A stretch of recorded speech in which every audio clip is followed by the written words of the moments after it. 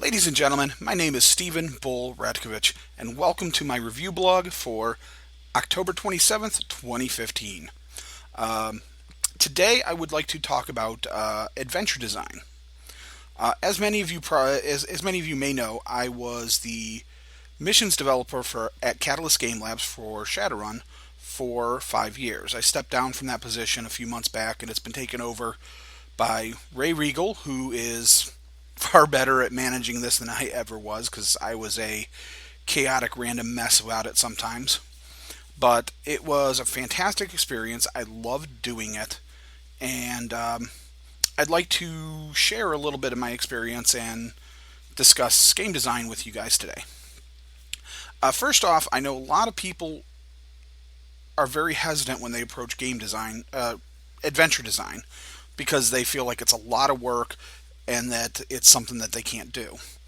And while I will not deny that it is a lot of work, it is definitely something that I think anybody can actually do. Um, Sometimes you need to do a lot of work to it, sometimes you can just do a little bit of work. I'm going to discuss how we handled it for missions. Shadowrun Missions was the living campaign for the Shadowrun role playing game. And the living campaign basically means that it's an ongoing campaign designed for play for anybody. It gets run by our demo team, our Catalyst demo team, at game conventions and local game stores. The adventures are also available for download via Drive-Thru RPG and on Catalyst Game Labs Battle Shop, their online website, their online shop, for people to purchase and run at home for their home groups. Um, and what it is it's designed as, like I said, it's a campaign game where you'll have a series of adventures that are loosely linked by a single storyline. However, each game is designed to be played individually and can be you can just drop in. You don't need to necessarily have played the earlier games to play this. I mean, you'll sometimes get more out of it because you'll know more of the backstory, but they're by no means a necessity to enjoy the adventure. And they're designed for anybody who shows up at the table. So unlike your normal home game where you'll have a specifically balanced party of, you've got the street samurai, you've got the rigger, you've got the decker, and you've got the mage, and you've got a face or whatever. You can get any combination of characters showing up at the table, and you never know who you're going to get ahead of time. So that makes missions a little trickier to write because you've got to kind of plan ahead. But that's also some of the fun of it, and I think that any game can be designed this way fairly easily. So, um, while I'm going to be discussing Shadowrun specifically, because again, that's what I've got the experience with, and that's the game that's consumed a large portion of my soul for 20 some years now. I think that a lot of this game design can be applied to almost any role playing game for adventure design. So it's not just Shadowrun specific. I think you can take this and use it in D&D or any sort of game. All right, so and again, like I said, I'm going to be discussing missions. I have here Sprawl Wilds. This is one of our books. Oh, we got a nice little reflection on there. Sorry. I originally wanted to do this with little pop-up graphics and stuff. Unfortunately, apparently my video software is not capable of doing things like that. So at some point, I'm going to have to get some software to start playing around and make these videos better. I also need better recording software and probably a better webcam, which I think I've mentioned in the past. If anybody has any suggestions for some relatively cheap or free programs and or web cameras, and want to give me some suggestions, link it in the chat below, or link it in the comments below, or if you're a member of my Patreon page, post up on Patreon or whatever, or drop me a link on Facebook or wherever else. And I would greatly appreciate if anybody's got any advice, because this is all new to me. I'm learning. I'm interested in learning more. I just don't even know where to start. I'm actually using a new piece of software right now that I looked up online and downloaded, but it ended up not being that great either. So, anyways, adventure design. So, there's a couple of things you need to keep in mind when writing an adventure. First off, you need to know your audience. Most game masters are going to be running at home. for a specific group of players. You're going to know those players. You're going to know those characters. Hopefully, you sat down as a group and made characters, but even if everybody just showed up with whatever, you read over their character sheets and you're going to know going into the adventure what you're going to have. That that Al is playing a street samurai with a grudge against Renraku. You know that Bob is playing a Decker. You'll know that Sam is playing a mage. Whatever. So you know who's sitting around your table. You know what you've got to work with. So you're not going to have any surprises. And even better, you can tailor the game for those specific skills. You know that that the rigger has a specialization in motorcycles. And he's big on, he's got a customized, tricked out motorcycle. So you can have them run into a go gang. And so, so maybe there's a challenge and a showdown where the leader of the go gang challenges the rigger to a race or something like that, a street race.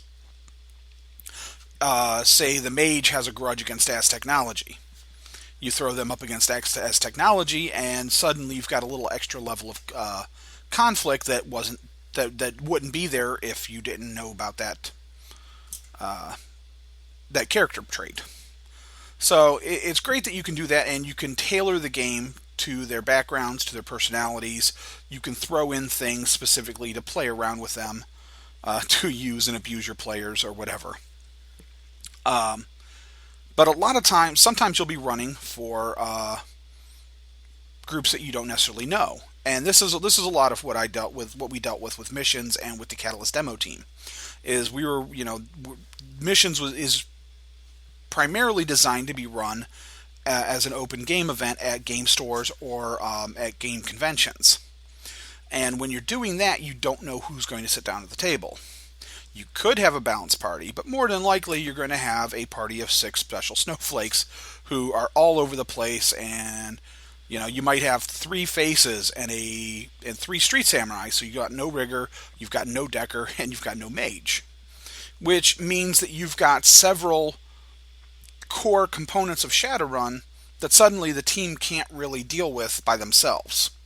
So this means you need to do one of a couple things when you're doing this sort of game. You need to either make sure you have some NPCs available that can cover these roles. And with missions, we usually did that by having the players, early in the campaign, the players will earn a number of contacts. And some of these contacts can be hired to perform duties. So there's a Decker contact in Season 5, it's Quantum Queen. Quantum Princess. And Quantum Princess is a Decker so she can be hired to help them out a little bit. There's Matt Rath, who is a pit fighter, who can provide some extra physical muscle. Lothan the Wise is a mage, so he can occasionally provide some magical support, etc. And the other thing is you want to make sure when you're writing adventures, you need to keep in mind that, okay, well, I don't know if there's going to be a Decker. So putting a crucial piece of information that only a Decker can get behind a high firewall, and if they can't get this piece of information, they can't continue the adventure, that's a bad game design, because you could potentially hose an entire group because they just didn't get a Decker showing up at the table. So you don't want to punish them because it's not their fault there's no Decker. For example. So the first thing you want to do when you're doing game design is you need to come up with a concept. Personally, and as a note, most of this is going to be my opinion. I have a lot of experience doing this, but it was also a lot of my personal preference, or continuing on with how Catalyst, FanPro, and FASA had done Shadowrun in the past. So there are other options and other opinions to how you can do things, and mine is by no means the only way to do it.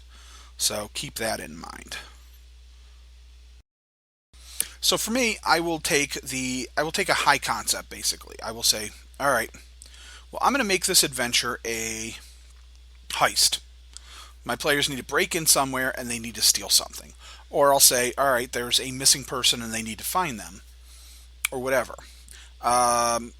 With missions, we had a little bit of an advantage in that there was an overall story arc, so frequently the adventures tie in somehow to that storyline. With a home game, you might have a storyline running in, so you want to kind of add in those hooks, or it might be just a one shot or whatever. But either way, you start with a basic high concept and then you fill in details from there. So the first thing you need to do is you need to come up with an outline.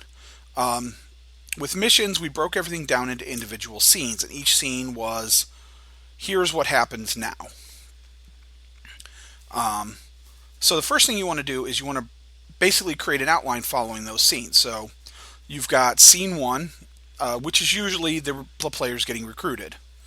It's usually a simple, straightforward scene where their fixer or Mr. Johnson or some other contact calls them and says, "Hey, I need some help. I'm interested in hiring you, or I know somebody who wants to hire you, or whatever.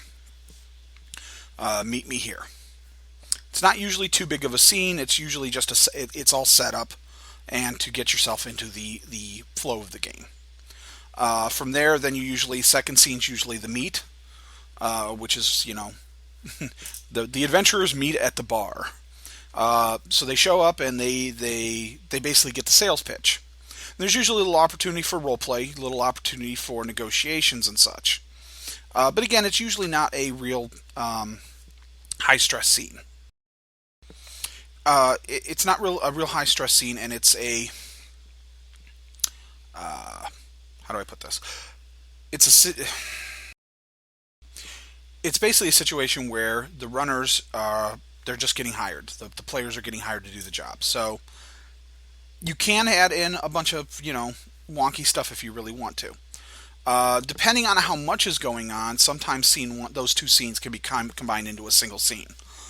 The Mr. Johnson calls and says, "Hey, show up here if you want to get paid," and the runners go, "Okay," and then they show up there. So there's not a lot to it, but sometimes there's a little bit of role play involved with the hiring scene or whatever. You want to do some setup, and sometimes you want to actually really do some stuff with the in the meat, like really emphasize the atmosphere. The mission in season 4 that I wrote, um,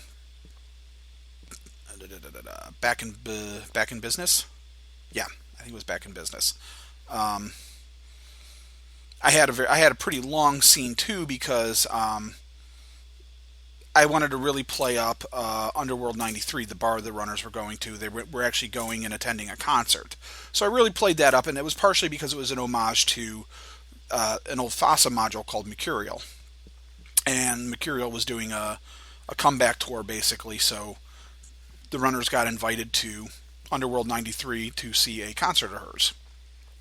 And then after the concert, they get to meet with Mr. Johnson and get hired.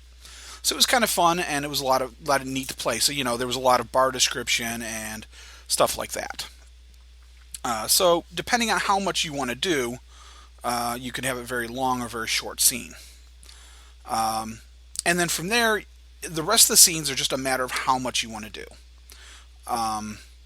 There's usually a legwork scene or two, which is where the runners are chasing down information. Either they're researching their target or researching their what they need to do, or just doing some background checks or whatever. Then they go out and they do their thing, and then there's a conflict scene, and then after that there's the payment scene. Missions are designed to be run in under 4 hours, generally about 3 hours, because you have set up at the beginning of the game, you have wrap up at the end of the game, and most missions have about 3 hours and 45 minutes ideally, because you need 15 minutes for players to move from one game to the next. So you got about 3 hours really to run the game, so you got to kind of compress it. At a home table, though, you've got a little more time, so obviously you can add in more and do more. So maybe there's 2 or 3 things they've got to do. There's going to be several fight scenes, and you can take this entire adventure, you can take one single adventure and stretch it out over several game nights, whatever. And then the final scene's usually them getting paid, assuming they didn't screw up too badly. And then you hand out their rewards. Pretty straightforward, not too hard to do. As long as you can sit down and kind of map out the adventure in little one-line statements. For example, adventure I was just working on, which will be out at some point in the near future. the runners are hired to find a missing girl. And I won't give too much spoilers on this for players who haven't played it yet or players who are going to, but so scene one is the runners get hired. They go to the bar to meet Mr. Johnson, and there's a little bit of setup there. I always like to try to, I frequently like to try to do an interesting bar scene, or wherever they're meeting, the meet location, because it's important for flavor and setup. You want an interesting hook, you want an interesting visuals, and hopefully you have interesting NPCs. So the runners go there and they get hired. It's a pretty straightforward job. The second step is that they go to do the job on site. So they break in and they sneak around and they do their thing. For this particular adventure, I threw a twist, though, is as they're coming out, they run into another NPC, which, if they've been playing the campaign, they'll know this NPC already from previous adventures. If not, they'll meet him for the first time there. But basically, they run into another NPC who is tangled up in a problem, and they need immediate help. They've taken some damage, they're being chased, and they need help to escape. And then it's up to the runners whether they want to do that or not, obviously. But so far it's been a short adventure, so most players will understand, okay, this is where the adventure train is going. And as much as players bitch, and even some GMs bitch, the fact of the matter is almost all adventures are something of a train. A train basically being the adventure moves from point A to point B to point C. And there's not really a lot of room for deviation because you're trying to tell a story, and stories have a beginning, a middle, and an end, and you need to get there. And sometimes you can take little detours along the way, but for the most part, it's a relatively straight path. Missions are a little more railroady than most, primarily because of the time restraints. You don't have as much room to wander all over the place. Although you can write the adventures with some wiggle room, and this one does. So in this case, the runners are like, hey, more money, this is the next part of the job. So they help her out. And once they do, she gives them basically the next leg of the job, which is now she needs somebody tracked down that's been missing. And if the players have been playing a while, this is actually part of an ongoing storyline. They've actually already participated in looking for this girl. And actually, this is a clue that they may have found in an earlier adventure that now they're getting a chance to follow up on. And then from here, the adventure actually gets a little bit sandboxy. There's multiple places that they can go and investigate to get a piece of information. And rather than the adventure, so like I said, there's several locations that they can go, and they can get they can find out the ultimate end goal through any of these locations. Depending on time and how much fun the runners are having, they can go visit all three of them, or they can only hit one or two, and they can do them in any order. And it's up to the GM when they want to give them the clues that they need to advance to the next stage. And then finally, there's an ultimate showdown. They track down the ultimate culprit. They break in to try to save the person, to try to find the person they're trying to find, and they confront the bad guys. And that's pretty much it. It's pretty straightforward, and you break it down scene by scene by scene. And I have to apologize. My voice is completely wrecked still. For those of you that have been watching my videos so far, I've been having a lot of problems with my voice and congestion. It's just that time of year. I hate this time of year. It does bad things to me. So anyways, so breaking down that even further then, though, so now that you've got your scene outline, all right, step 1, get hired. Step 2, go to job. Step 3, twist. New Mr. Johnson shows up to offer a second part of the job if they help them out. So they help him out. Step 4, new job. Step 5, sandboxy legwork part of the phase. So they get to go visit adventures. And then step 6, go out and confront the enemy, the final bad guy. And then step 7, get paid. So you break it down into those little chunks, and that makes it much easier to deal with the adventure as a whole. So now that I know all of that, I take each of those and go, all right, well, step one, they're getting hired. Who hired them? So you go, okay, well, I got my Mr. Johnson. You create an interesting and flavorful Mr. Johnson.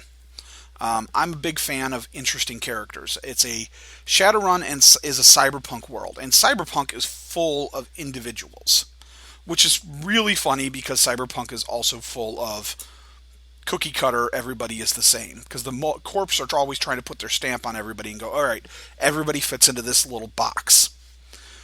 But the stories are about those outliers, the characters that are outside the box. Shadowrunners are very, very far outside the box, as is most of the people they're going to be dealing with on a regular basis. So you want to create memorable NPCs. Give them interesting accents, interesting looks, interesting personalities and outlooks. Um, and then you put them in an interesting setting. Also a huge fan of crazy theme bars. Um, that kind of goes back again. It kind of goes back to the cyberpunk roots because cyberpunk always has these interesting, trippy. I mean, everybody can write the generic bar where all right, well, here's the bar, and in the background there's techno going oof, oof, oof. Boring as hell. So you want to put in something interesting, and like I said, I've always been a fan of the interesting gimmick bars. One of my favorites was in actual Shadowrun is like Rubber Suit, and we used it in season 4 a few times, which is a Godzilla theme bar basically. The waiters and waitresses all dress up in big rubber suits. The tables and everything are designed to look like buildings, tables and chairs and stuff. So when the waiters and stuff are roaming around, it looks like they're stomping through the city. And they'll have flat screen videos showing old Godzilla movies or whatever. I love little goofy things like that. So I always try to come up with an interesting bar, even if it's just something basic. But you want to come up with an interesting bar so that visually you have a good descriptive area for the players to envision. And it potentially gives you, fun roleplay hooks as well. Um, this particular adventure, it's a pirate bar. So, and their Mr. Johnson shows up with a stuffed parrot on his shoulder and, playing pirate. Arr. So you do something goofy like that, and it makes the scene, well, far more memorable than just the usual, well, we meet at the restaurant, we meet at the bar, and Mr. Johnson gives us the job, and we move on, and the players aren't even going to remember the name of the bar by the next adventure, let alone what happened there, other than we got paid by Mr. Johnson. So you take that scene and you flesh it out. You add in the interesting NPCs, you add in the hooks, and as long as you do that scene by scene, the adventure becomes really easy to write. So now for missions, breaking down the scenes, each scene's comprised of a number of elements. The first element, and I'm going to kind of look away here for a minute, so I apologize. The first element is each adventure has several portions to it, and almost all published Catalyst Game Labs adventures have these. You have Scan This, and that is basically just a short summary of what happens in the scene. So, for example, my scene 1 where they meet at the bar is simply, the runners meet Mr. Johnson. Runners get called by Mr. Johnson to meet them at such and such bar, the adjective noun bar, to get hired for a job. They go, hilarity ensues, they take the job and move on. So it's nothing real big, but it's basically just a summary so that the game master, who has read the adventure ahead of time, hopefully, and I am guilty a couple times of not doing that ahead of time. Although in my defense, both times it was because I was picking up and running the adventure blind, filling in for somebody. Which, let me tell you, is a lot of fun to do. It's nothing better than sitting at a table of players at a gaming convention and going, "Hi, I'm your game master, and I've never read this, so we're going to fake it." That works sometimes, but not always. So you got Scan This, but it's for the game masters who's read the adventure, but it gives them a little refresher of, oh, right, this is what happens. without them having to read, a 2 or 3 page detailed description. It's basically just there to ping the game master's memory. After that, there's Tell It to Them Straight. And Tell It to Them Straight is the box text that you read. And basically, Tell It to Them Straight is designed to set the stage. It gives you some descriptive text to describe where they're going, who they're meeting, or whatever, how the characters are talking. It's usually pretty much of a straightforward read this. Occasionally, it'll have some caveats like read this, but if the runners do this, read this part instead. To give them, basically to cover branches. But it's usually not designed to be too terribly long, although some authors are a little more fond of box text than others. And some hate it, so they write very, very short box text. Some go crazy. I think I'm in the middle somewhere, because it depends on the scene. Some scenes don't require a lot of box text. Some scenes I like to write a bunch because I want to be able to evoke the imagery and the situation and whatever. So you've got Tell It to Them Straight, and then the next section is behind the scenes. And behind the scenes is the bulk of the information for that scene. That is where all of the background for what's going on should be placed. That is where you cover all the various situations that'll go on. So you're like, all right, well, the runners are breaking into Warehouse X. So here's a description of Warehouse X. Here's all of Warehouse X's defenses. Here's what Warehouse does. Here's why Warehouse X has this.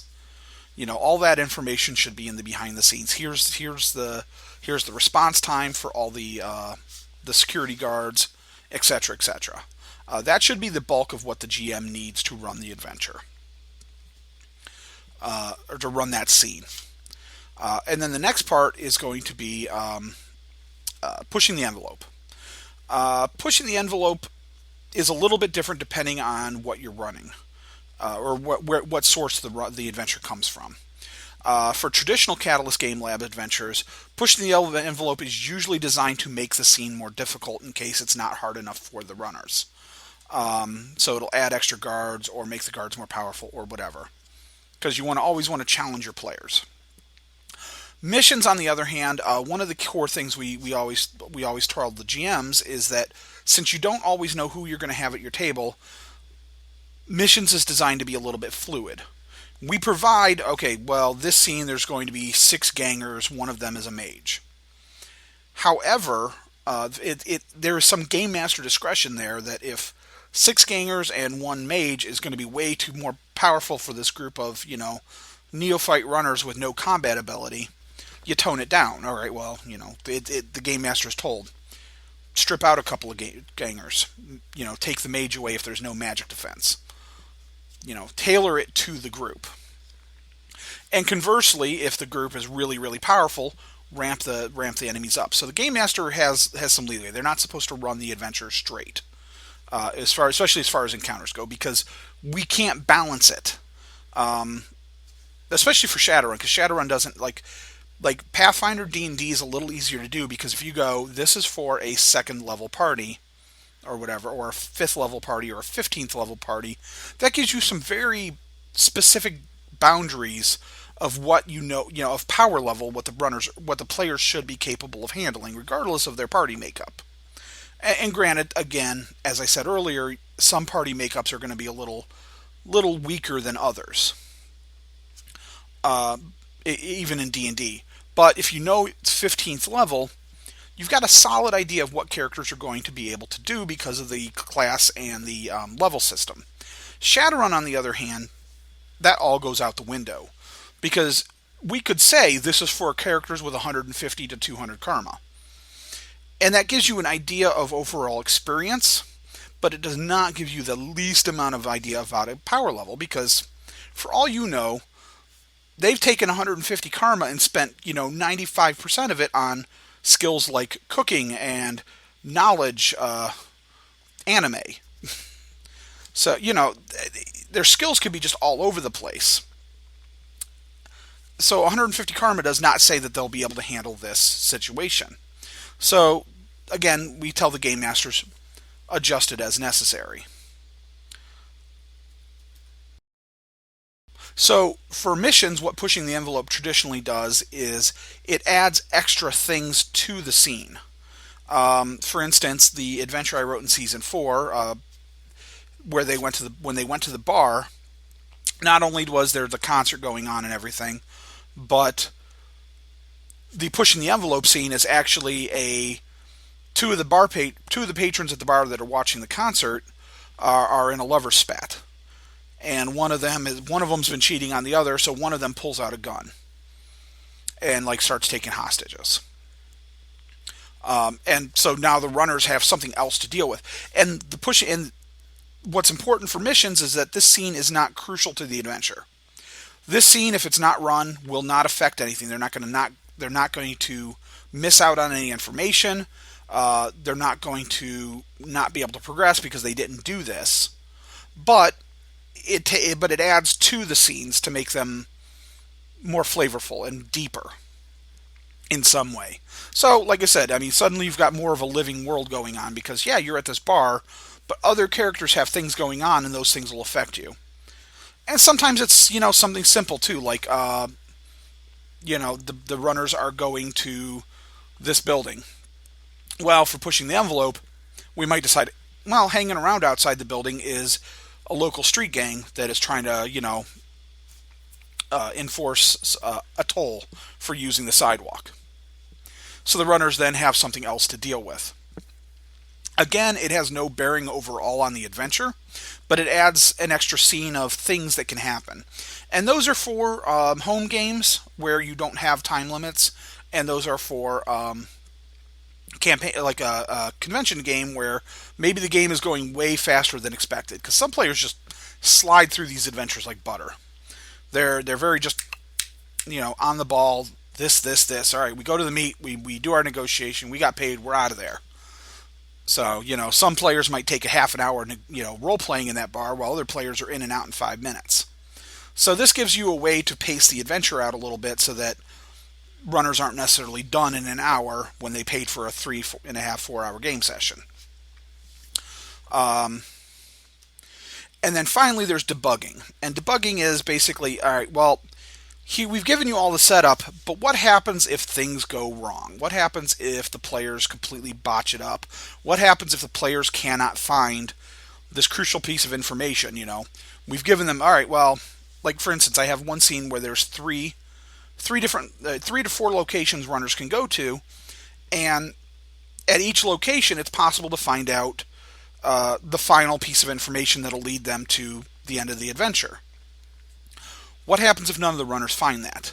Either because they completely batch whatever roles they need to do, they don't think to ask the right questions, they piss off everybody they meet, whatever. Sometimes there's just situations where the runners are going to drop the ball. And that's where debugging comes into play well, what happens? What happens if they do this? How do they handle it? So that's a situation. That's a section for that. Um, and honestly, that's missions in a nutshell. There's some extra stuff to adventures. You have like for missions, we always do an introductory story, a short piece of fiction to introduce it. Um, Sometimes it's directly related to the adventure. Sometimes it's just sort of there. I've had a couple of different ones like that, where sometimes it's like an NPC in the adventure talking about things that are talking about happening in the adventure. Sometimes it's a story that happens shortly before the adventure starts, and sometimes it's just background fluff. I had one that was just several basically like news clippings and police police briefs, basically setting up stuff that's been happening in the background of the adventure. So you start off with an adventure. Then there is some boilerplate stuff. And by boilerplate, I mean it's stuff that's in every single mission's adventure. It's basically, this is how you run the adventure. This is the background for this season. You're in Chicago. Here's the containment zone. Here's the background count because Chicago's all fragged up. and that's always the same from adventure to adventure. So that's why I call it boilerplate. Um, and then there's a mission synopsis, which basically breaks down, basically summarizes the entire adventure in less than a page. Usually gives a little bit of background, but it basically just covers here's what's going on, here's how things should play out. Um, and then, as I said, you have each of the scenes. And then once all is said and done, you have picking up the pieces. And picking up the pieces includes New Yen, basically the money awards. It summarizes all of the various possible payments the runners could get for ease of reference. It's got karma awards, which tells you how much karma is awarded if they've hit certain goals and how much it's overall worth. There is reputation awards, which is public awareness, notoriety, and street cred, and that's all dependent on what the runners do during the adventure. They might be able to earn extra street cred, or they might earn public awareness or notoriety depending on their actions.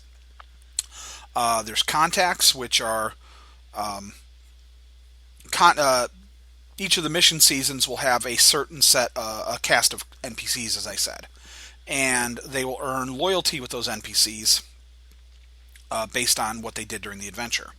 So if they worked for Mr. Johnson A, they might get reputation for Mr. Johnson A, but if they pissed off Mr. Johnson B, they may lose reputation loyalty. Um, then there is legwork, which is any core pieces of information that people can ask around about um, to their contacts or look online on the Matrix. There'll be write-ups for those. There's the cast of characters, which is the major NPCs. Any minor NPCs, any mooks, stuff like that, will be put into each scene for quick reference. But any major NPCs or anybody that's going to be reoccurring, they have fuller write-ups and they'll be in the back of the adventure, usually with some artwork for the character. Um, there'll be maps sometimes, and then there's the missions debriefing log, which is basically a quick way to record everything that happened, record what happened in the adventure. There'll be like little check boxes. Did you do this? Did you do this? Did you do this?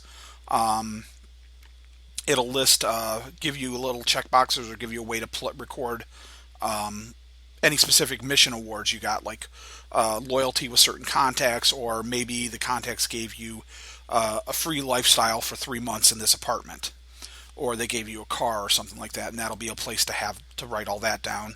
Um, it gives you a place to record the karma you've made, the money you've made, and to track what your total is.